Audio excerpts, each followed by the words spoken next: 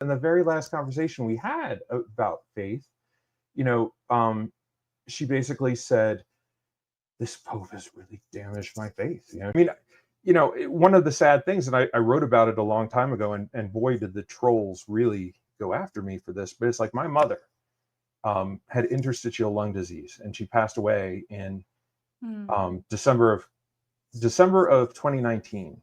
Oh. And my wife and I were the main caregivers. She was 68 years old. My dad had just died 3 years earlier from kidney cancer, so it was sort of like going through this rough time in life. Plus Mhm. the layoff, plus starting the web. It just starting the website. And Pachamama was October through November of that same year. And my mom, she didn't read any of these papal documents. She did, but like her friends from church would come and talk to her and visit her. And what would they tell her? They would tell her what the papal posse had talked about on EWTN, and they'd talk about what they read in LifeSite News. And one of them, for like her birthday, got her a coffee mug that had the word vegano Oh.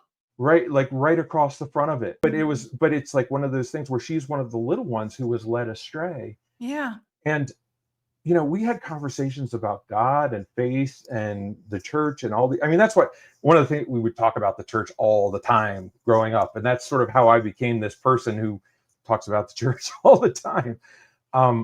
But anytime I brought up the faith, like my mom, she was in hospice for like the full 6 months, almost to the day.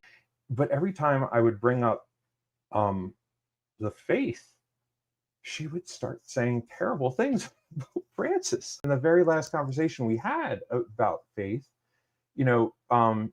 she basically said, "This Pope has really damaged my faith." She told me that, and I didn't want to fight with her, and I didn't know what to say, and I just said, "I'm sorry," but it's like the person who taught me my faith, I couldn't talk about the faith with her anymore in her Even last on her days. deathbed, that's what's so sad, Yeah. right?